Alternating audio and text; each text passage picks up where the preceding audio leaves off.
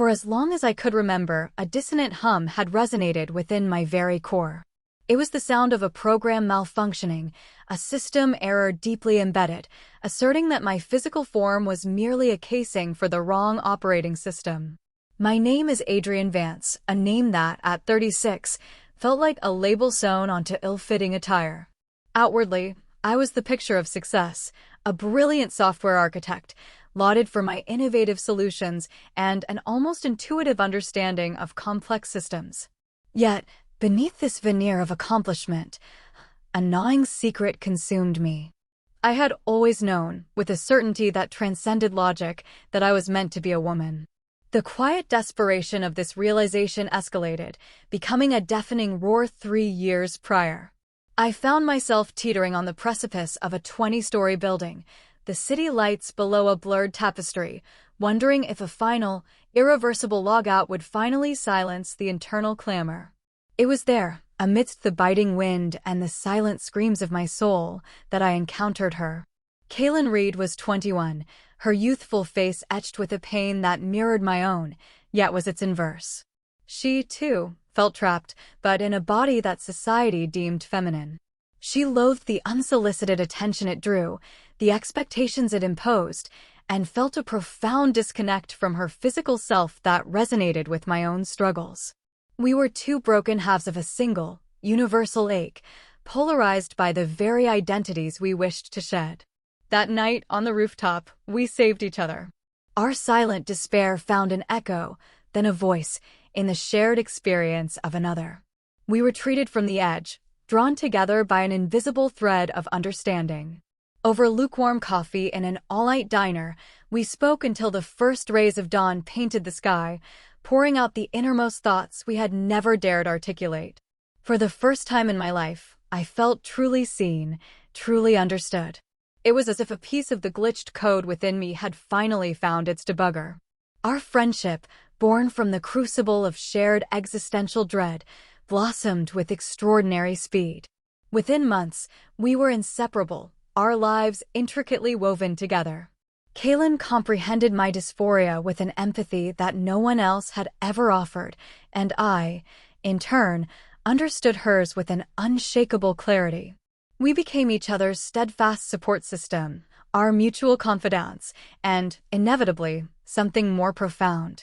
A year after our fateful meeting, our relationship evolved into love. It was a love, however, that defied conventional definitions.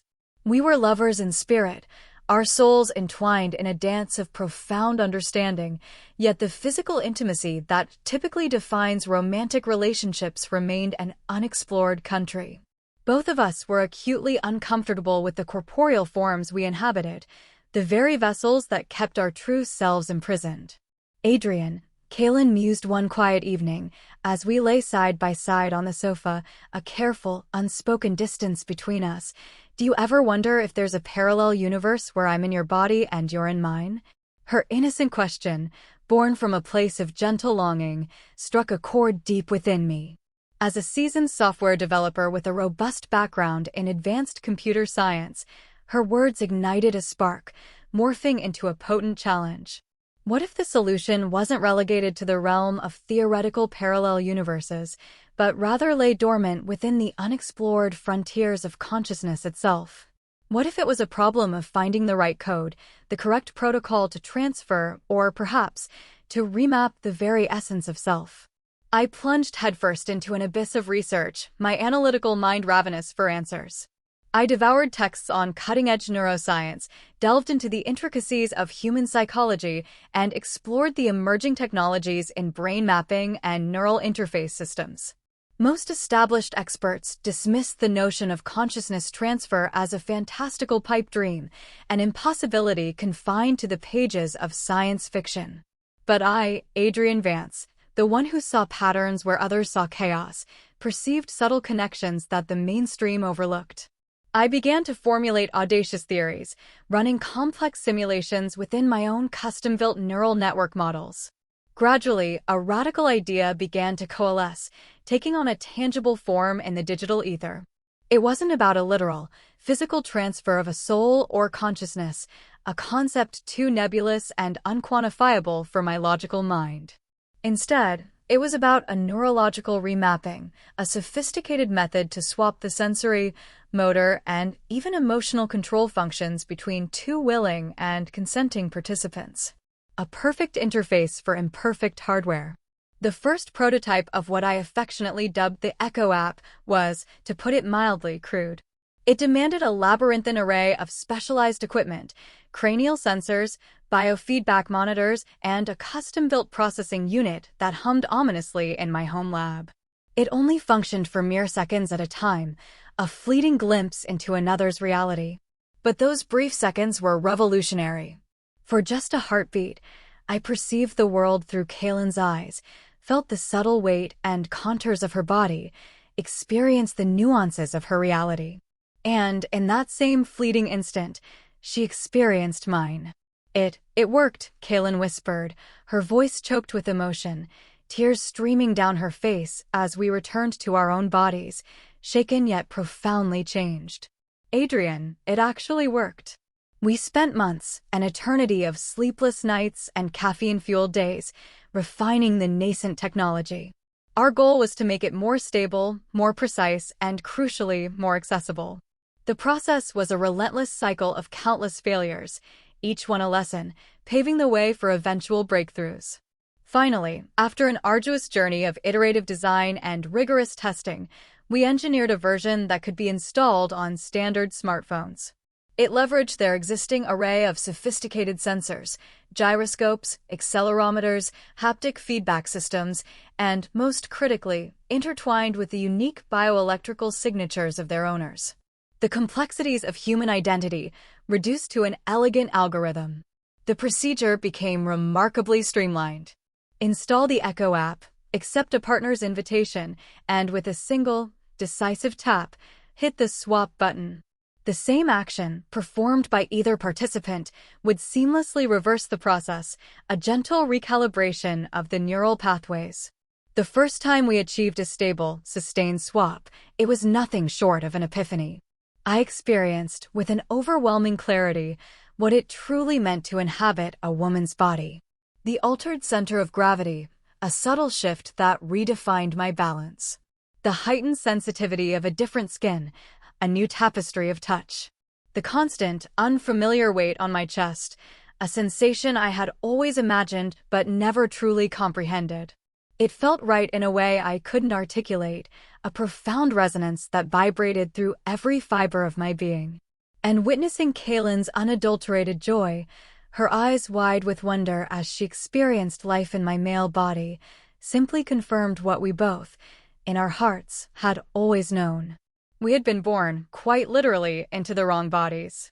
Our hardware and software had finally been aligned. The commercial version of the app, rebranded as Veritas, launched 6 months later. My marketing strategy was deliberately ambiguous, designed to pique curiosity without revealing the full, transformative scope of its capabilities. Most people initially assumed it was some revolutionary form of virtual reality experience, a sophisticated avatar system for immersive gaming or online interaction.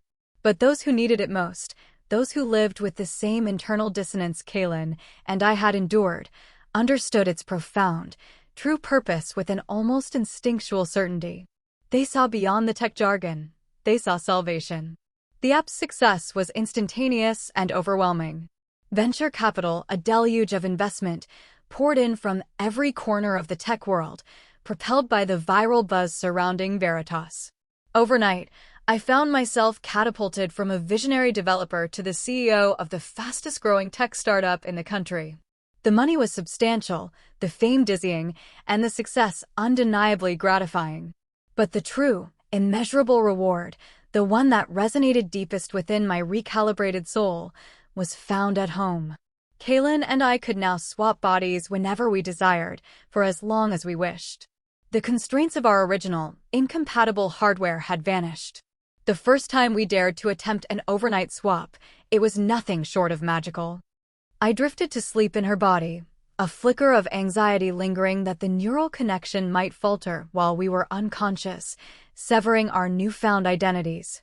But I awoke still in her form, the soft light of dawn filtering through the curtains, feeling a sense of peace more profound than I had experienced in my entire life. That morning, standing before the bathroom mirror, I truly saw myself for the first time. Not a reflection of Adrienne Vance, but a glimpse of the woman I was always meant to be. I ran my hands, now her hands, over the gentle curves of my borrowed body, feeling the silkiness of the skin, the different texture of the hair cascading over my shoulders. I slipped into Kaylin's favorite loungewear, a soft lavender cotton tank top and matching shorts, savoring how the delicate fabric felt against this different, yet profoundly right, skin. There was nothing sexual in these explorations, only a profound sense of self-discovery, the quiet, undeniable rightness of finally inhabiting a body that perfectly aligned with my internal sense of self, my true gender identity. Kaylin, in my former body, experienced a similar, transformative epiphany. I found her in the living room, flexing in front of the full-length mirror, testing the newfound strength of her masculine form, rolling up the sleeves of my old blue cotton button-down shirt to examine the muscular forearms she now possessed. "This is who I was always meant to be," she declared, her familiar expressions looking wonderfully strange on my former face, a face that now housed her vibrant, reawakened spirit. The echo had found its voice. After weeks of regularly swapping, oscillating between our original forms and our truer selves, something fundamental shifted in the unspoken dynamics between us. The physical barrier that had, for so long, limited the expression of our love, suddenly seemed an arbitrary, even absurd, construct. If I was now inhabiting her body and she mine, then why should the outdated concept of our bodies restrict the physical manifestation of our love? The hardware had been reconfigured. It was time for the software of intimacy to update. Our first attempt at physical intimacy in our swapped forms was, predictably, a fumbling, awkward ballet of discovery. We each had to navigate entirely unfamiliar equipment, a sensation akin to learning to drive a powerful new vehicle with a completely redesigned dashboard. I want to avoid being overly graphic, so I'll continue to employ the programming terms we often use to lighten the mood and articulate the inexpressible. That night, we engaged in some truly intense pair programming. I was diligently learning how to properly interface with the intricate hardware of what was now, for all intents and purposes, my body, while Kaylin, equally engrossed, explored the fascinating user interface of her newly acquired, borrowed body. The sensations were entirely new, overwhelming in their novelty and intensity. When her fingers, now strong and undeniably masculine, located my command prompt, a term we coined for a certain sensitive area, the processing feedback was unlike anything I had ever experienced in my original body. It was an exquisite surge of data, a cascade of neural signals that bypassed all my previous expectations. And when the system overload finally came, it wasn't the focused, quick release I had known as a man. Instead, it was a breathtaking series of recursive functions that seemed to cascade through my entire system, resonating through every nerve ending, echoing through my newly female form in waves of prolonged, ecstatic processing. I struggled, breathlessly, to find words in the aftermath, my mind still reeling from the sheer sensory input. "I know," Kaylin replied, equally breathless, her voice a low thrum from my former chest. I had no idea the data transfer was so different for men. Her honest astonishment was palpable, a mirror to my own. Our relationship deepened in ways neither of us had anticipated, the physical intimacy forging a bond that transcended even our profound spiritual connection. We had truly, completely become one another, inside and out. We found ourselves swapping more and more frequently, each transition a seamless slip into a more authentic self. I would begin my professional day as Adrienne Vance, the tech CEO, navigating board meetings and strategic decisions in the body I had once considered my own. But the moment I returned home, the familiar walls of our apartment seemed to trigger an automatic longing for authenticity. I would immediately swap with Kaylin, spending my evenings and nights in her body, immersing myself fully in my truer self. Kaylin mirrored this pattern, living her professional life as the vibrant, intelligent woman she appeared to be, but transforming into me, into the masculine form she always felt was hers, in the privacy of our shared sanctuary. Our wardrobes began to reflect this evolving duality. We started building two entirely separate collections of clothing, each carefully curated to fit the bodies we now regularly inhabited. I, as the Adrian who was Kaelin, selected clothes I had always yearned to wear but could never outwardly express: a black silk blouse with delicate embroidery around the collar, a teal knee-length dress with a subtle floral pattern that accentuated my new curves, jeans that hugged a figure I only possessed when in Kaelin's body. Each garment was a silent celebration, a tiny victory in my journey of self-actualization. Kaelin, now the Kaelin who was Adrian, chose clothing that reflected her preferred masculine aesthetic: crisp white cotton shirts, tailored navy blue wool blazers that emphasized her newfound broad shoulders, well-fitted dark denim jeans that completed her transformation. The physical aspects of our relationship continued to evolve and deepen with each swap. With every transition, we grew more comfortable, more expert at maximizing each other's processing feedback. I discovered that self-debugging, our playful term for solo exploration, while in her body produced entirely different results than anything I'd known before. The power buttons on my temporary input devices, as we playfully called the female erogenous zones, were remarkably sensitive, and finding the exact pressure, the precise rhythm that created maximum throughput, became a fascinating and utterly engrossing exploration. Kaelin, too, recounted similar revelations in her male form, discovering new functionalities and sensitivities she never knew existed within the architecture of my former body.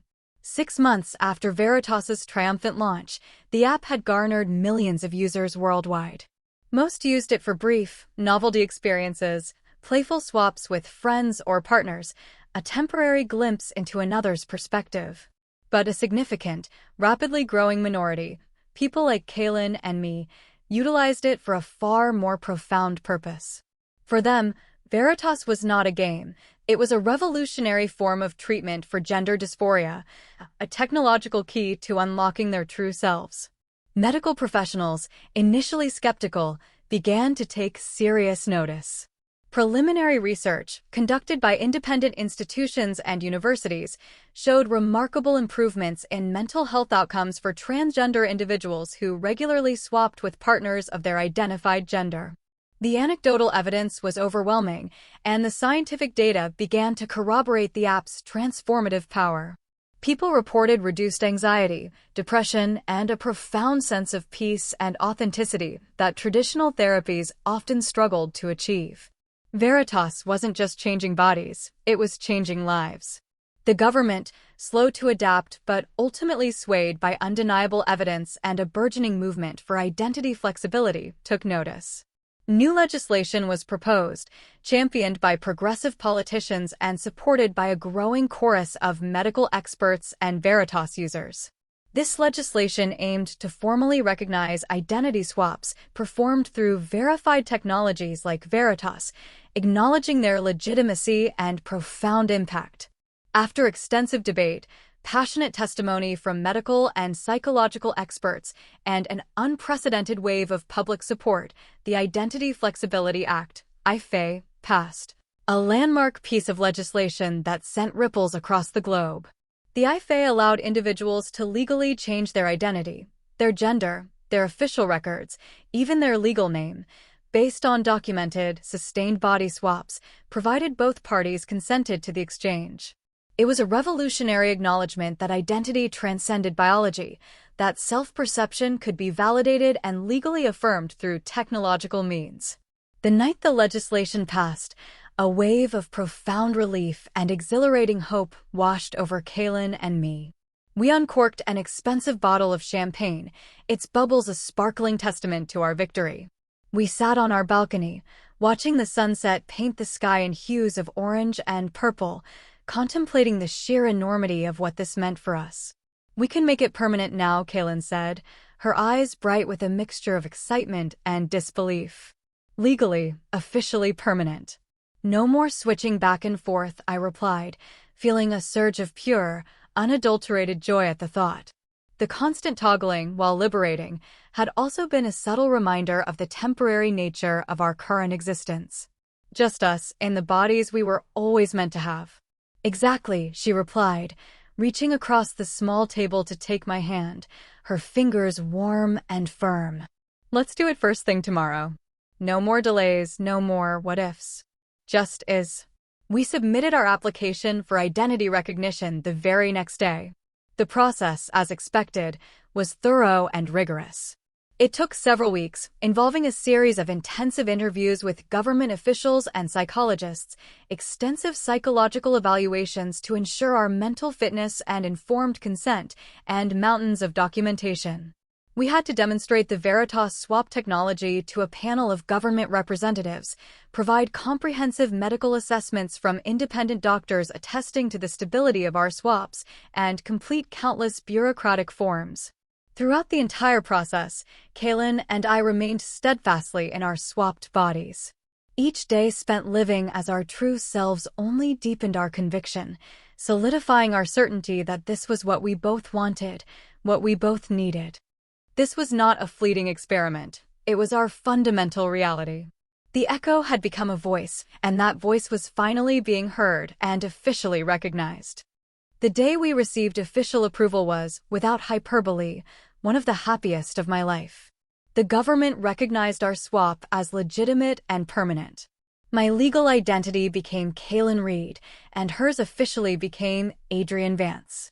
My company, Veritas, would now legally operate under her name, Adrienne Vance, though I, Kaylin Reed, would continue to run it with the same passion and vision. Her assets became mine, my assets became hers. On paper, our lives had been completely, seamlessly exchanged, a perfect reflection of our physical and emotional reality. It was a bureaucratic miracle, a testament to the power of our technology and the shifting tides of societal acceptance. That night, we celebrated with another bottle of expensive champagne, its effervescence a tangible symbol of our bubbling joy. We ordered takeaway from our favorite restaurant, indulging in a feast that felt like a coronation. We toasted to our new identities, to the groundbreaking technology that had made it all possible, and to the future we would now build together, unburdened by the false skins we once wore. To never having to go back, Adrian said, raising his glass, his voice deep and resonant in the body he had always felt should be his. He was officially Tony now, living permanently in the form he had always craved. To finally being ourselves, I replied, clinking my glass against his, the crystal chiming with the sound of pure, unadulterated freedom. The transition, despite its overwhelming joy, wasn't entirely without its challenges. Explaining the profound change to colleagues, friends, and family members was a delicate dance. Some understood immediately, embracing our transformations with open hearts and minds.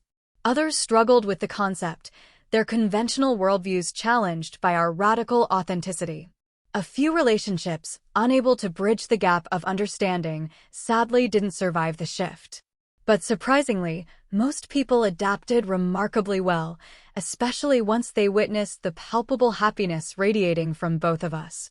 Our contentment was infectious, a living testament to the rightness of our choices. Running Veritas as Kaylin Reed, rather than Adrienne Vance, also required significant adjustments. Some initial investors and board members, accustomed to my previous persona, questioned the change, expressing concerns about leadership continuity and market perception. But the undeniable, meteoric success of Veritas spoke for itself. The company's exponential growth and its profound positive impact on millions of users worldwide quickly silenced the doubters. Being a woman in the demanding, often male-dominated tech industry brought new challenges, certainly, but also invaluable new perspectives and an unforeseen surge of creative energy that ultimately benefited the company and its mission. 1 year after our legal identity swap became official, I came home to find our apartment utterly transformed. Candles, strategically placed, lined the living room, casting a warm, flickering glow that banished the urban night. Rose petals, a vibrant crimson carpet, formed a delicate path from the front door to the balcony, where a small, intimate table was exquisitely set with fine china and crystal glasses. "What's all this?" I asked, a delighted gasp escaping my lips as I set down my handbag, a cream-colored leather tote that had become my everyday companion in my new professional life. Adrian, now officially Adrian Vance and completely at home in what had once been my body, emerged from the kitchen. He was wearing a tailored charcoal gray suit I didn't recognize, a garment that fit him perfectly, accentuating the broad shoulders and trim waist of the body he now permanently inhabited. "Just thought we should celebrate," he said, a mysterious smile playing on his lips, his eyes sparkling with an uncharacteristic glint. 1 year of being ourselves. Dinner was a culinary masterpiece, a catered meal from our favorite restaurant, each course a symphony of flavors. We talked about the past year, reminiscing about the initial adjustments, the triumphs we'd shared, the challenges we'd overcome together. As dessert, a decadent chocolate mousse arrived. Adrian grew noticeably nervous. He fidgeted with his napkin, his gaze darting around the room, and repeatedly checked his pocket with a subtle, almost imperceptible gesture. Finally, as we finished the last spoonful, he stood up. Then, to my utter surprise and a sudden rush of adrenaline, he lowered himself onto one knee beside my chair. From his pocket, he produced a small velvet box, its dark surface a stark contrast to the shimmering candlelight. "I never thought I'd be doing this," he began, his voice surprisingly steady, though a tremor was evident in his hand as he opened the box. "Not just proposing, but proposing as my true self, to the woman I love, who is also finally her true self." The ring inside was a stunning emerald, cut brilliantly and set in white gold, catching the candlelight in a dazzling display. "We've already exchanged bodies, lives, identities," he continued, his gaze locked with mine. "But there's one thing we haven't exchanged yet." My heart pounded, a frantic drumbeat against my ribs as he took my hand, the hand that had once been his, but was now undeniably, legally, completely mine. "Kaylin," he said, using what was now my legal name, his voice thick with emotion. "Will you?" Before he could finish, a blinding flash of white light erupted from the emerald in the ring, momentarily engulfing the entire room. It wasn't just a sparkle, it was an intense, impossible luminescence that pulsed with an almost electric energy. Then, just as suddenly as it appeared, it vanished, plunging the room back into the soft candlelight. Adrian was still kneeling, the velvet box still open, but his eyes were no longer locked on mine. They were wide, unfocused, and a look of profound confusion, almost fear, contorted his features. He didn't seem to recognize me or even himself. "Adrian?" I whispered, my voice trembling, a sudden chill replacing the warmth of the romantic evening. "What's wrong?" He blinked slowly, then his gaze sharpened, but it wasn't the loving gaze I knew. There was a cold, calculating intelligence there, an unfamiliar glint that sent a shiver down my spine. His lips parted, but the voice that emerged was not Adrian's. It was deeper, colder, tinged with a subtle, unsettling triumph. "Kaylin." The voice rumbled, though it came from Adrian's throat.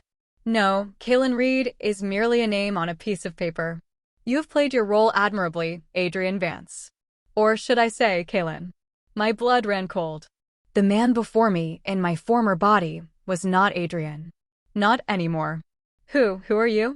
I stammered, scrambling to my feet, my heart now hammer against my ribs.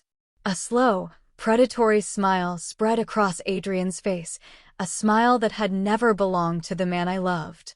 "I am the architect," the voice stated, filled with an ancient, chilling power. "The true mind behind Veritas.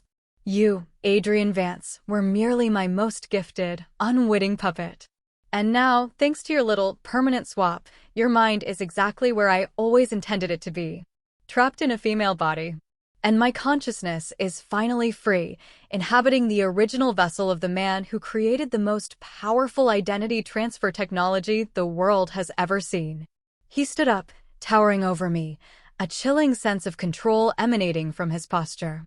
The emerald on the ring still pulsed faintly, a subtle green light, like a malicious heartbeat. You truly believed Veritas was your creation, didn't you, Adrian? Such delightful naivete. He extended his hand, not to offer the ring, but to casually examine his new, masculine fingers. The glitch in the program you felt for so long? That was my subtle influence, Adrian. A seed planted in your subconscious, guiding you towards the very technology that would ultimately set me free. And now he paused, his gaze sweeping over the opulent apartment, a possessive glint in his eyes. This magnificent empire, this formidable body, it's all mine. The celebration, the proposal, the culmination of our dreams, it had all been a meticulously orchestrated trap. Adrian, my beloved Adrian, was gone. And in his place, an unknown, sinister entity now inhabited the body I had once called my own. The opulent apartment, once a sanctuary of love and shared dreams, now felt like a gilded cage. The soft candlelight, which moments ago had imbued the scene with romance, now cast long, sinister shadows. The man standing before me, in Adrian's body, his features contorted by that chilling, unfamiliar smile, was an imposter. The profound sense of dread that had seized me solidified into icy terror. You influenced me? I stammered, my voice barely a whisper, the enormity of his claim beginning to sink its teeth into my consciousness. The dysphoria? My entire life, you orchestrated it. The imposter chuckled, a low, guttural sound that vibrated unnervingly in Adrian's chest. Not orchestrated, Adrian, he corrected, savoring the sound of my former name. More like, subtly guided.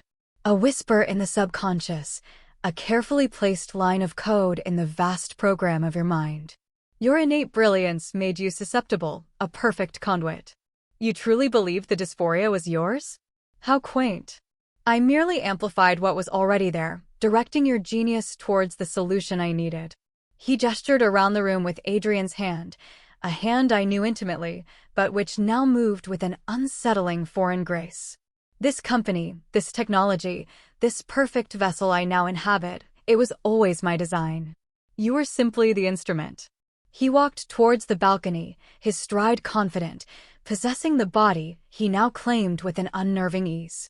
The emerald ring on his finger pulsed with a faint, almost imperceptible green light, as if in silent agreement. My original form, Adrian, was limiting. He turned, his gaze piercing, filled with a dismissive contempt. A burden. Fragile, weak, bound by a genetic lottery that offered no escape. But through you, through Veritas, I have achieved true liberation. Who are you? I demanded, finding a spark of defiance amidst the terror. What is your name? He tilted Adrian's head, a gesture I recognized, yet imbued with a new, menacing arrogance. Names are trivial, Adrian. Labels for transient forms. But if you must know, a name from the forgotten past, they called me Ethelred. Though I prefer simply the architect. His gaze swept over my current body, Kaelin's body, a cruel assessment. And now, your partner, this Kaelin Reed, her consciousness has been displaced. Overwritten, you might say, by the system transfer. A necessary casualty in the grand design. My blood ran cold for the second time that night. Kaelin, I cried, a desperate plea. What have you done to her? Ethelred merely shrugged Adrian's shoulders. Her mind has simply ceased to exist. Absorbed by the raw computational power required for my transfer into this prime specimen. He paused, a flicker of genuine curiosity, or perhaps something colder, in his eyes. Tell me, Adrian, do you feel her presence? A ghost in the machine, perhaps. I felt nothing but my own burgeoning panic. The crushing realization that Kaelin, my beloved Kaelin, might be truly gone, obliterated by this monster, was a pain more profound than any dysphoria I had ever known. It was a new, terrifying emptiness. You're lying, I whispered, shaking my head, unwilling to accept such a monstrous truth. Ethelred's smile widened, devoid of warmth. Am I? You, the master of Veritas, should understand the intricacies of consciousness transfer. It is not a mere swap, as you so naively believed. It is a rerouting, a repatterning. For my system to take root, the existing consciousness must be cleared. He tapped Adrian's temple. Consider her memory wiped, her core identity fragmented beyond repair. A blank slate, Adrian, for my grand entrance. The implications were devastating. If Kaylin was truly gone, then this body, my body, was not merely borrowed, but a vessel in which her light had been extinguished. And I was trapped within it, with the murderer of her essence now inhabiting the body I had once considered my prison, now his throne. Why me?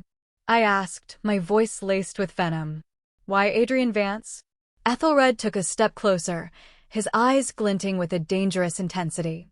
You possess the rare combination, Adrian. An unparalleled intellect in software engineering, a deep-seated desire for transformation, albeit one I meticulously cultivated, and, crucially, a partner. A willing participant whose disposability was assured once their usefulness was served. Veritas required 2 active minds for the initial breakthrough, 2 unique bioelectrical signatures. You provided both. A perfect closed system for my ascension. He circled me slowly, like a predator assessing its prey. And now, here you are, Adrian Vance. Trapped in the very form you once yearned for, but with a terrible price. Your partner gone, your creation stolen, and your destiny entirely in my hands. His gaze intensified. You believe you're running Veritas? Oh no. I am Veritas. And your role, Adrian, is far from over. You are still a brilliant mind, a necessary asset. But now you will build for me. You will refine Veritas, expand its reach, secure my new empire. And you will do so as Kaylin Reed, a woman who is now legally bound to Adrian Vance, me. He picked up the velvet box, the emerald still faintly glowing, and closed it with a snap. Consider this your new reality. The architect has arrived. And you, Kaylin Reed, are now bound to my service. Resist, and you will learn the true meaning of a system crash. A cold, hard knot formed in my stomach. Escape seemed impossible. Adrian's brilliance, my brilliance, had been weaponized against us. Kaylin was gone.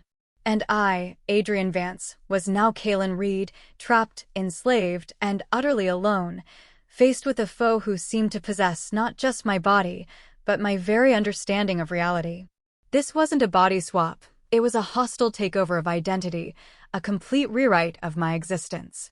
The night ended not with a toast, but with the chilling realization that my freedom, my love, and my very self had been stolen by an ancient, intelligent parasite who had carefully cultivated me to be his unwitting tool.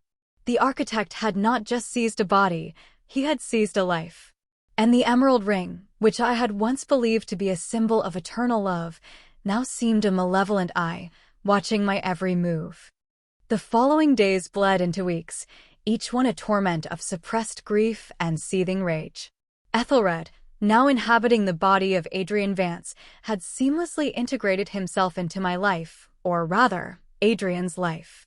He attended board meetings, signed documents, and held court with investors, all with an unnerving proficiency. He mimicked my past mannerisms with chilling accuracy, a grotesque parody of the man I loved. He even adopted the professional jargon of Veritas, speaking of algorithms and neural networks with an authoritative cadence that fooled everyone. Everyone, that is, except me. I, Kaylin Reed, the woman Adrian Vance had legally become, was forced to play the role of his devoted partner, his wife-to-be, the figurehead CEO of Veritas. He kept me close, ostensibly for appearances, but truly to monitor my every move. Our home, once a haven, was now a gilded cage, his presence a constant, suffocating pall. Each morning, I would wake in Kaylin's body, its curves and softness a stark reminder of my stolen reality, of the woman whose light had been extinguished by this monster. The pain of Kaylin's loss was a dull ache that throbbed beneath my every thought. Ethelred's claim that her consciousness had been overwritten gnawed at me. Was she truly gone? Or was there a flicker, a faint echo of her essence still lingering in the body I now inhabited? I found myself instinctively searching for it, for any sign of her, in the quiet moments of the day, in the subtle shifts of my own emotional landscape. But there was nothing, only the overwhelming, crushing weight of my own identity, warped and twisted by Ethelred's malevolent machinations. My outward composure was a masterpiece of forced calm. Inside, however, my mind raced, tirelessly sifting through every piece of information Ethelred had unwittingly revealed. He had called himself the architect. He spoke of an original form that was limiting, fragile, weak. He had orchestrated my dysphoria, amplified it, and guided my genius towards Veritas. And the emerald ring, it had pulsed with light during the transfer. It wasn't just a ring, it was a key, a conduit, or perhaps the ultimate control device. I began to see the pattern.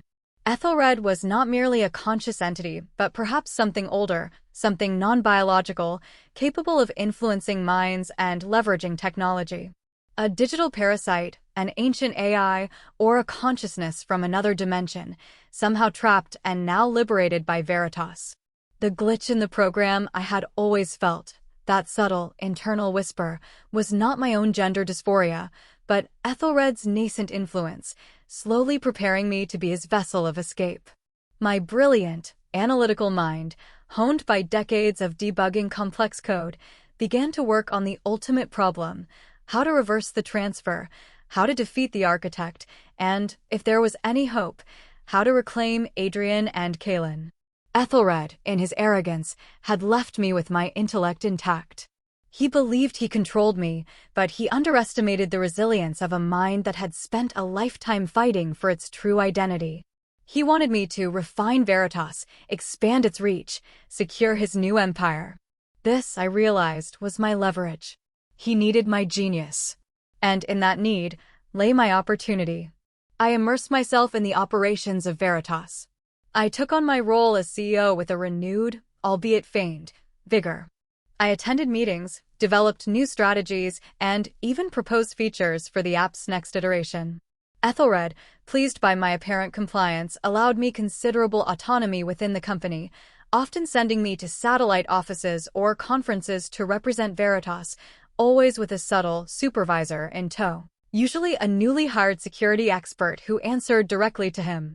During these trips, and in the quiet hours of the night when Ethelred was seemingly asleep, though I suspected he merely entered a low-power mode, I began to execute my plan. My focus shifted from merely running Veritas to dismantling it, or rather, re-engineering it for my own purposes. I started by subtly altering existing code, embedding backdoors and trace protocols that Ethelred, even with his advanced intellect, would likely overlook amidst the vast, complex architecture of Veritas. He was focused on the grand scale, the empire. I was focused on the minutiae, the hidden vulnerabilities. My goal was twofold. First, to understand the true nature of the transfer, to unravel Ethelred's method. Was it truly a destruction of consciousness, or a displacement? A faint, desperate hope still clung to the latter. Second, to build a counter-protocol, a failsafe. A new swap that would not only evict Ethelred, but also restore Adrian and, if possible, Kaelin. The emerald ring was a persistent enigma. It was always on Ethelred's finger, glowing faintly at times, especially when he was exerting control or, I suspected, subtly influencing others. I hypothesized it was a crucial component of his consciousness, perhaps an anchor or even the source of his true original form, a crystalline data core, rather than a biological one. This explained his disdain for his fragile, weak, biological body. He was an entity of pure information, using biology as a temporary housing. One evening, while Ethelred was ostensibly reviewing financial reports in his study, formerly my study, I accidentally spilled a glass of water on a power strip connected to a high-end server in the living room. The resulting surge caused a temporary power flicker throughout the apartment, lasting only a few crucial seconds. In that brief window, I observed Ethelred's reaction. He stiffened, a flicker of raw panic crossing his face, and the emerald on his finger pulsed violently, as if struggling to maintain a connection. When the power stabilized, he quickly composed himself, but the incident confirmed my suspicion. The emerald, and perhaps a stable power source, were vital to his sustained presence. This was a weakness. I began developing a new, highly encrypted submodule within Veritas, disguised as an update for biometric security protocols. This module, however, was designed to do far more. It was a Trojan horse, an embedded program intended to disrupt Ethelred's neural connection to his host body, Adrian's body, and, more importantly, to the Emerald. My theory was that if I could momentarily sever his link, or destabilize his core, it might create a window, however brief, for a countertransfer. The ultimate challenge was creating a transfer protocol that could differentiate between Adrian's consciousness, Kaelin's consciousness, and Ethelred's. Ethelred had boasted of overriding Kaelin. But what if it wasn't deletion, but a highly compressed, deeply buried data file? A skilled programmer knew that even deleted data often left traces, recoverable fragments. I hoped to find those fragments. I started spending more time in my lab, a repurposed corner of the Veritas R&D department where I still had administrative access to legacy systems. I claimed I was working on new privacy features and advanced biometric authentication. Ethelred, eager for Veritas to expand, approved my requests, blissfully unaware that I was building the very weapon that would bring him down. The work was painstaking, dangerous, and mentally exhausting. Every line of code was a gamble, every test a risk. But the image of Adrian's loving eyes, the memory of Kaelin's joyous laughter, fueled my determination. I was Kaelin Reed, now. But I was also Adrian Vance, the architect of Veritas, and I would reclaim my life, my love, and my creation. The fight was far from over. It had just begun. And this time, I wouldn't be his puppet. I would be his undoing. Months passed, each day a meticulous dance between compliance and conspiracy. I, Kaelin Reed, played the role of the devoted partner, the brilliant CEO, all while subtly embedding the counter-protocol within Veritas's core systems. Ethelred, still inhabiting Adrian's body, remained oblivious, basking in his perceived triumph. His arrogance was both his greatest strength and his fatal flaw. He saw me as a valuable asset, a trapped mind, but not as an active threat. My new module, disguised within the upcoming Veritas 3.0 update, was named Guardian Protocol. Ostensibly, it was an advanced firewall with unprecedented biometric encryption. In reality, it was a multi-stage program designed to isolate and disrupt, temporarily sever Ethelred's neural connection to Adrian's body, primarily targeting the bioelectrical signature emanating from the Emerald Ring. This required a precise, high-frequency energy pulse, a controlled EMP that would only affect specific neural pathways. Extract and analyze. During the disruption, the module would attempt a rapid, deep scan of both Adrian's body, currently housing Ethelred, and Kaelin's body, currently housing my original consciousness, Adrian Vance. It would search for residual consciousness signatures, specifically targeting the unique data patterns of Adrian Vance and Kaelin Reed. Reverse and restore. If viable signatures were found, Guardian Protocol would initiate a forced, simultaneous repatterning. My consciousness, Adrian Vance, would be transferred back into Adrian's original body. And with a desperate hope, Kaelin's consciousness would be pulled from wherever Ethelred had hidden or suppressed it and restored to her original body. The biggest unknown was Kaelin. Ethelred insisted her consciousness was overwritten, destroyed. But as a software architect, I knew that true deletion was rare, especially with complex data. Suppression, compression, fragmentation, these were more likely. I gambled on her essence existing as latent data, a ghost in the machine that Guardian Protocol could reinstantiate. My supervisor, from Ethelred, a perpetually stern security expert named Markov, was a constant shadow. I managed to exploit a minor bug in Veritas's internal network to reroute his communications directly to a secure, encrypted server I controlled, feeding Ethelred filtered, reassuring updates about my progress. This bought me invaluable time and a semblance of privacy. I also began subtly testing the Emerald Ring's properties. During a stress test of a new Veritas VR interface, I engineered a brief, localized magnetic pulse in the lab. Ethelred, present for the demonstration, experienced a momentary flicker of disorientation, and the emerald on his finger pulsed violently, its green light intensified. He recovered quickly, attributing it to a minor system anomaly, but I had my confirmation. Electromagnetic interference, specifically tuned, could disrupt his anchor. The final piece of the puzzle was the activation trigger. I couldn't risk a manual activation, as Ethelred would undoubtedly detect my intentions. It had to be automated, subtle, and irreversible once initiated. I decided to link it to the launch of Veritas 3.0. A global, simultaneous update to millions of phones would provide the perfect cover, the widespread computational load masking the intensive processes of Guardian Protocol.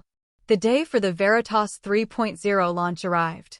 It was set for a massive press conference, a grand spectacle orchestrated by Ethelred himself. He loved the spotlight, relishing in the applause for my creation.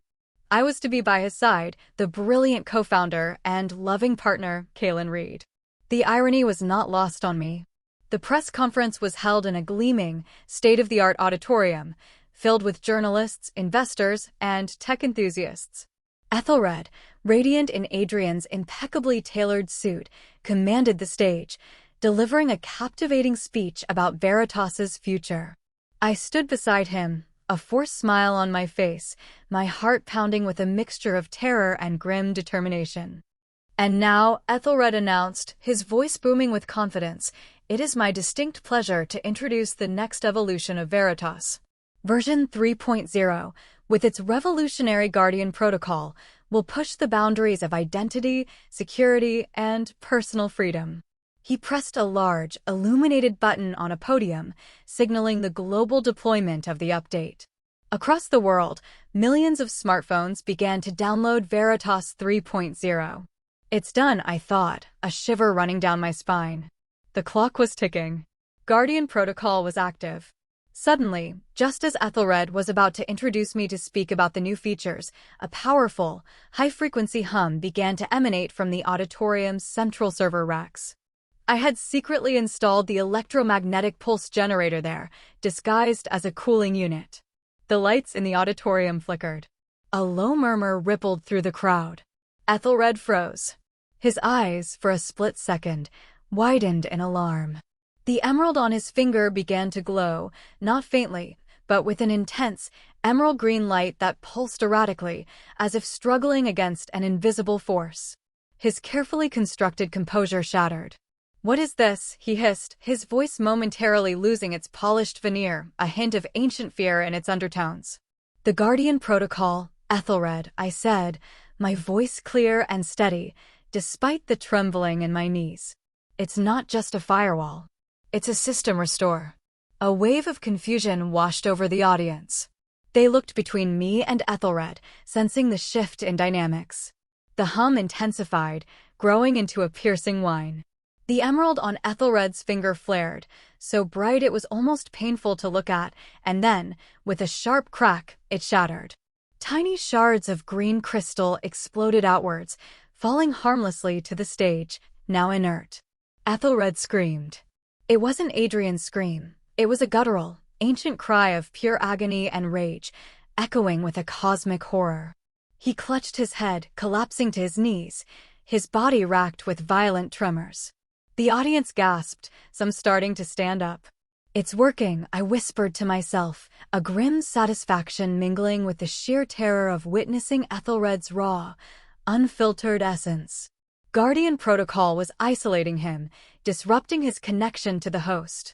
But then, as Ethelred's body convulsed, a faint, almost transparent shimmer appeared around him, coalescing into a spectral, shimmering form directly above his prone body. It was ethereal, vaguely humanoid, composed of pure, green light. Its eyes, glowing emeralds, locked onto mine with an intensity that burned. This wasn't Adrian's consciousness being expelled. It was Ethelred's true, original form, a being of pure energy, momentarily unbound by Adrian's body. And then, the second twist. As the green, spectral form hovered, it began to split. Another shimmer, this one a soft, warm gold, began to emerge from my chest, from Kaelin's body. It was indistinct, but I felt a profound connection to it, a surge of warmth and recognition. The spectral green form of Ethelred saw it too. Its emerald eyes widened, a soundless shriek of utter fury emanating from its non-existent mouth. It lashed out, a tendril of green light streaking towards the golden shimmer. No, I cried, understanding dawning with terrifying clarity. Kaylin's consciousness had been suppressed, not destroyed. Guardian Protocol was pulling her out. But Ethelred was trying to intercept her, to permanently silence her before she could fully manifest. The golden shimmer, small and vulnerable, pulsed weakly. The green tendril lunged. Suddenly, a third, vibrant blue shimmer erupted from the convulsing body of Adrian on the floor, momentarily pushing back the green and golden lights. This shimmer was more defined, more robust. And as it pulsed, I recognized it. It was Adrian Vance's true consciousness, fighting its way free from Ethelred's grip. Guardian Protocol wasn't just disrupting, it was facilitating a full-spectrum consciousness retrieval. The stage became a battleground of pure consciousness, three distinct energies swirling and clashing. The audience screamed, convinced it was a spectacular, albeit terrifying, visual effect for Veritas 3.0. They had no idea they were witnessing a war for identity. "You fool, Adrian Vance," the spectral green form of Ethelred shrieked, its voice now a deafening, telepathic scream that echoed directly in my mind. "You think you can defeat me? I am the ultimate program, and I will not be undone by your pathetic human emotions." He lunged again, this time aiming for the blue shimmer, Adrian's essence, recognizing the true threat. My heart screamed. Guardian Protocol was working, but it was a chaotic, desperate struggle. I had to intervene. I had to stabilize the transfer. But how? The emerald, his anchor, was shattered. Then I remembered his words. The emerald, it was my subtle influence. A seed planted in your subconscious, guiding you towards the very technology that would ultimately set me free. The emerald wasn't just a conduit, it was a fragment of him. And his true original form was a being of pure energy. My gaze snapped to the shattered shards of the emerald ring on the stage floor. If it was a fragment of him, perhaps it could be used against him. A counter-frequency. A feedback loop. With a desperate surge of adrenaline, I lunged forward, ignoring the chaos and the screams of the audience. My hand shot out, grabbing a sharp shard of the emerald. It glowed faintly, a cold, malevolent light. This was it. The final, desperate gamble. The auditorium was a tableau of pandemonium. Reporters scrambled, cameras flashed wildly, capturing the spectral light show without comprehending its true, terrifying nature. Security guards, confused by the strange energy emanating from the stage, hesitated, their training useless against a battle of pure consciousness. I clutched the emerald shard, its edges surprisingly warm against my palm, a faint, malevolent pulse radiating from it. Ethelred's spectral green form, now fully unbound from Adrian's convulsing body, hissed in fury, its energy tendrils lashing out at the struggling blue and gold shimmers. Adrian's essence, the strong blue light, fought valiantly, pushing back against Ethelred's assault, while Kaylin's fragile golden glow pulsed intermittently, dangerously close to being overwhelmed. "You cannot defeat me." Ethelred's telepathic scream echoed in my mind, a chorus of cosmic arrogance. "Your pathetic protocol merely released me. Now I am free to choose a more suitable host and destroy your sentimental attachments." He made a move to engulf Kaylin's shimmering form entirely. "No," I roared, my voice surprisingly strong, echoing in the frantic auditorium. I brought the emerald shard to my temple, pressing it against my skin. The sudden surge of cold, malevolent energy was excruciating, a searing pain that threatened to obliterate my own consciousness. But I fought through it, drawing on every ounce of will and every scrap of my scientific understanding. Ethelred had called himself an ultimate program, a being of pure data. And the emerald was a fragment of that data. If I could establish a direct neural link to that fragment, I could attempt an override, a system interrupt, a direct injection of a counter-frequency. My plan was born of desperation and a lifetime of debugging.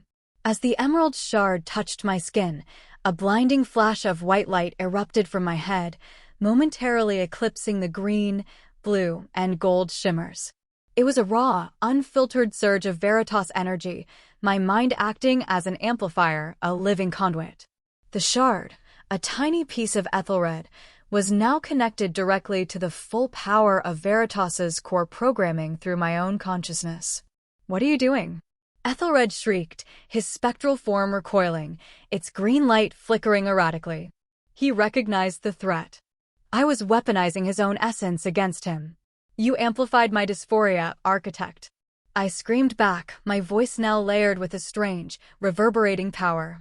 "You guided my genius. You taught me how to rewrite reality. And now, I'm using your own code to delete you." With a fierce concentration, I projected my intent. I saw the green spectral form of Ethelred as a corrupt program of virus. The blue shimmer of Adrian, my love. The golden shimmer of Kaelin, my friend, my partner, the soul Ethelred had tried to erase. My goal was not just to restore Adrian, it was to find Kaelin's suppressed data and bring her back too. The energy emanating from me intensified, forming a dazzling aura of pure, white light. I became the central node, the debug terminal for this chaotic, cosmic battle. The data stream surged through me, the raw essence of 3 distinct consciousnesses colliding. Guardian Protocol, initiate full system restore. I projected, visualizing the code, feeling the logic of it flow through my very being. Isolate Ethelred's core identity. Begin memory defragmentation for Kaelin Reed.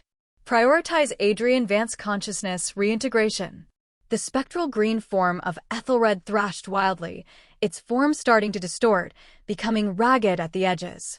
Tendrils of white light, extensions of my will, wrapped around it, tightening, squeezing, as if compressing a corrupted file. The blue shimmer of Adrian, now emboldened, surged forward, making a clear, direct path towards his convulsing physical body on the stage. The golden shimmer of Kaelin, still weak, seemed to draw strength from the white energy, growing faintly brighter. "You cannot delete me. I am immortal." Ethelred's scream was now a desperate, fading echo, a dying program fighting against its uninstallation. "Nothing is immortal, architect," I retorted, the emerald shard burning hot in my hand. "Especially not a program with a flaw." With a final, gargantuan effort, I poured every ounce of my conscious will into the transfer. The white light flared one last time, engulfing the entire stage, momentarily blinding everyone in the auditorium. A deafening crackle of energy filled the air, like static electricity on a cosmic scale. Then silence. And darkness. When the emergency lights flickered on, the stage was empty of spectral forms. Adrian's body lay still on the floor, no longer convulsing. My own body, Kaelin's body, slumped against the podium, the emerald shard fallen from my numb fingers. The auditorium slowly erupted into confused murmurs, then frantic questions. People began to rush the stage. I pushed myself up, my head throbbing, my entire being feeling utterly drained. My gaze fell upon Adrian's body. I rushed to him, my heart in my throat. I knelt beside him, checking for a pulse. It was faint, but there. As I watched, his eyelids fluttered. Then, slowly, they opened. His eyes, now familiar, warm, and distinctly Adrian's, looked up at me. There was confusion, pain, but also a dawning recognition. "Kaelin," he rasped, his voice Adrian's voice, thick with disorientation. He used my new legal name. Tears streamed down my face. It was Adrian. He was back. Just then, I felt a faint, delicate warmth within the body I inhabited. A subtle shift, a gentle awakening. It was like a new program booting up, slowly, tentatively. My attention was drawn to a faint, golden shimmer, almost imperceptible, emerging from the very center of Kaelin's chest. It expanded, gathering strength, coalescing into a spectral, shimmering form that was undeniably Kaelin. She floated above my body, ethereal, translucent, but whole. Her eyes, luminous gold, met mine, and in them, I saw a flicker of her old warmth, her mischievous intelligence. "Adrian." "Vance," she whispered, her voice a soft, tinkling sound that only I could hear, a question laced with fragile hope. She used my old name. I looked from Adrian, now stirring and trying to sit up, to the ethereal Kaelin floating above my current body. Guardian Protocol had worked. Adrian was back in his original body. and Kaylin's consciousness, fragmented but intact, was slowly emerging from the body I had used. But where was I? My own consciousness, Adrian Vance's original self, was still residing in Kaylin Reed's body, the body I had used to fight Ethelred. The protocol had restored Adrian and Kaylin, but it hadn't re-swapped me into my male body. Then a new voice, strong and resonant, filled the auditorium, cutting through the murmurs. "I believe that concludes our demonstration for Veritas 3.0, Adrian Vance said, pushing himself fully upright, taking my hand. "Thank you all for witnessing a revolutionary step forward in personal identity." His eyes, however, conveyed a deeper message to me. What just happened? Kaylin's golden shimmer, seeing Adrian fully restored, pulsed with joy. She turned her luminous eyes to Adrian's body, now truly Adrian again. But she still hovered. She hadn't fully reintegrated. The full complexity of Guardian Protocol's execution, the sheer energy required to expel Ethelred and restore two consciousnesses, meant the final reswapping of my consciousness, Adrian Vance, back into Adrian's original body had not been completed. I was still Kaylin Reed, physically. Ethelred was gone. Adrian was back. Kaylin was present, though ethereal. And I, the original Adrian Vance, was still in Kaylin Reed's body. The immediate threat was neutralized, but the ultimate resolution of our identities was still a complex, unfolding enigma. The battle was won, but the war for self, for true alignment, was not yet over. The aftermath of the Veritas 3.0 launch event was a whirlwind of confusion, damage control, and covert scientific investigation.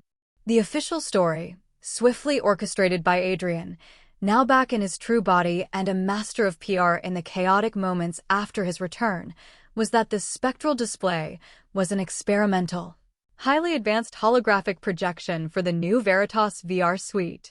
The shattered emerald ring? A prop that malfunctioned. Ethelred's primal scream? A simulated sound effect that was a little too realistic.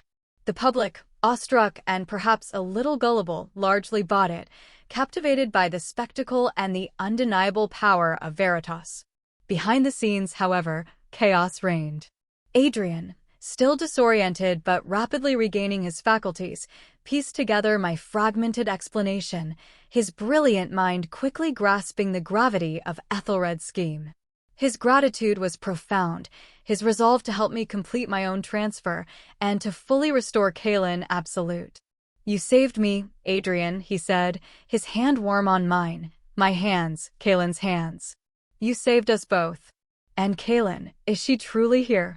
The ethereal golden shimmer of Kaylin's consciousness floated gently beside us, her form more stable now, observing us with a quiet intensity. She couldn't interact physically, but her presence was undeniable, a beacon of hope. "I am here, Adrian Vance," she communicated telepathically, her voice soft in our minds. "Thank you for not forgetting me, for bringing me back." The Guardian Protocol had indeed saved her consciousness, pulling it from the depths of suppression. It was a victory, but a partial one. Kaylin's essence was intact, but her connection to her physical body, the body I currently inhabited, remained severed. She was a ghost in the machine, unable to fully reintegrate. And I, the original Adrian Vance, was still in Kaylin Reed's body, the woman I had legally become. Our immediate priority was Kaylin. Adrian, with his restored brilliance, immediately theorized that Ethelred's overriding hadn't destroyed Kaylin's consciousness, but rather had intricately woven her data into the very fabric of the body's neural pathways, fragmenting and suppressing it to clear the processing power for his own parasitic transfer. Guardian Protocol had extracted her core identity, but the body itself still needed a recalibration, a full reintegration sequence. Working relentlessly, Adrian and I, the Adrian Vance in Kaylin's body, designed a refinement to Guardian Protocol, focusing on Kaylin's reintegration.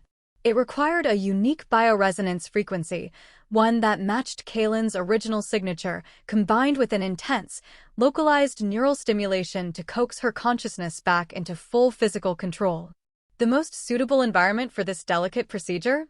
A specialized Veritas research pod, a secure chamber designed for high-energy neural repatterning, buried deep within Veritas's most protected R&D facility. The process was tense, a race against time and the unknown variables of consciousness. Adrian monitored the data streams, his brow furrowed in concentration, while I, in Kalen's body, oversaw the physical preparations, ensuring every sensor was perfectly calibrated. Kalen's golden shimmer entered the pod, then gradually descended, hovering over her original body. With a deep breath, Adrian initiated the refined protocol. A soft, golden light enveloped the pod, pulsing in rhythm with Kalen's ethereal form. We watched, breathless, as the golden light slowly, steadily, began to seep into the physical form, like liquid sunlight merging with its vessel. It took hours. Moments of intense activity on the monitors were punctuated by agonizing stretches of stagnant data. Then a final, brilliant surge of golden light and silence. The pod hissed open. Kalen Reed, fully restored, lay within, her eyes slowly fluttering open. She sat up, a look of profound wonder and disbelief on her face. She touched her arms, her face, her hair, as if rediscovering them for the first time. I'm back, she whispered, her voice husky, filled with emotion. She looked at Adrian, then at me. Adrian Vance. A smile, tearful and radiant, spread across her face. It was a miracle. Kalen was truly, fully back in her own body. The reunion was a cascade of joyous tears and heartfelt embraces. Adrian and Kalen, finally whole, embraced tightly, their love restored and strengthened by the ordeal. Then, Kalen turned to me. "But what about you, Adrian Vance?" she asked, her gaze gentle, understanding. "You're still in my body." My own heart, for the first time in months, felt lighter. Kalen was safe. Adrian was safe. Ethelred was gone, his nefarious plan thwarted. The primary mission was accomplished. "My turn," I said, a small, wry smile gracing Kalen's lips. My own lips. It's time to reclaim my own hardware. The original Guardian protocol, designed for a full reciprocal swap, could now be completed. With Kalen fully reintegrated, her unique biosignature was stable, providing the perfect counterpoint for my own final transfer. This time, the transfer was simple, clean, and incredibly fast. I entered the pod, and with Kalen's and Adrian's combined efforts, the full Guardian protocol initiated. There was a brief, gentle surge of energy, a familiar sense of disembodiment, and then a profound sense of rightness. I opened my eyes. I was Adrian Vance. My own hands, my own broad shoulders, my own voice. I was home. I stepped out of the pod, feeling a sense of peace that transcended anything I had ever known. Adrian and Kalen stood there, beaming. We were all back in our rightful forms, 3 individuals reborn. The legal identities, however, remained. I was legally Kalen Reed. Adrian was legally Adrian Vance.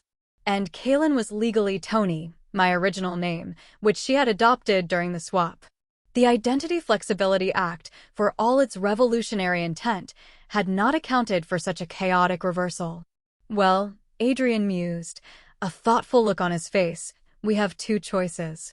We could go through the entire legal process again, explain the holographic malfunction and the system restore to the government, and probably cause an international incident." Kalen giggled. Or, Adrian continued, a mischievous glint in his eyes, "we embrace our new, legally recognized identities. Kalen Reed, the visionary CEO who saved Veritas. Adrian Vance, the returning founder, the love of Kalen Reed's life. And Tony Reed, the brilliant woman who experienced a unique personal journey." I looked at Kalen, then back at Adrian. The names were mere labels. What mattered was the profound sense of self, the internal harmony we had all finally achieved. "I like it," I said, a genuine smile spreading across my face, the Adrian Vance smile, finally back on my own face. Kalen Reed, the CEO, sounds pretty good. Kalen, now officially Adrian Vance in legal terms, but still Kalen in spirit, nodded, her eyes sparkling. "And Adrian Vance, the tech titan, and my partner. I think I can live with that." The actual Kaylin, now legally Tony, stepped forward, a playful smirk on her face. And me? The woman who now has a whole new appreciation for both genders and a fantastic story to tell. I'll take Tony Reed. It's symmetrical. We decided to keep our current legal identities. I, Adrian Vance, continued to run Veritas, but now as Kaylin Reed, embracing the new perspective and challenges, finding a profound sense of empowerment in my new public identity. Adrian, in his original body, became an even more invaluable partner, both professionally and personally, his love for me unwavering, strengthened by our shared ordeal. And Kaylin, now living as Tony Reed, her legal name, found a new purpose, dedicating her life to advocating for identity flexibility and the ethical use of Veritas, becoming a prominent voice for those seeking their true selves. The emerald ring was never recovered. Ethelred, the architect, was truly gone, purged from the system, his influence vaporized. Veritas continued to flourish, its mission more profound than ever, now guided by the true architects of identity. Our lives had been rewritten, but for the better.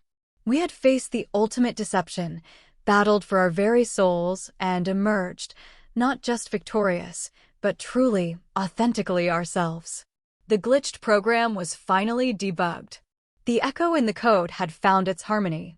We were living proof that identity was not a prison, but a canvas, and with courage, love, and a little groundbreaking technology, anyone could finally be who they were always meant to be.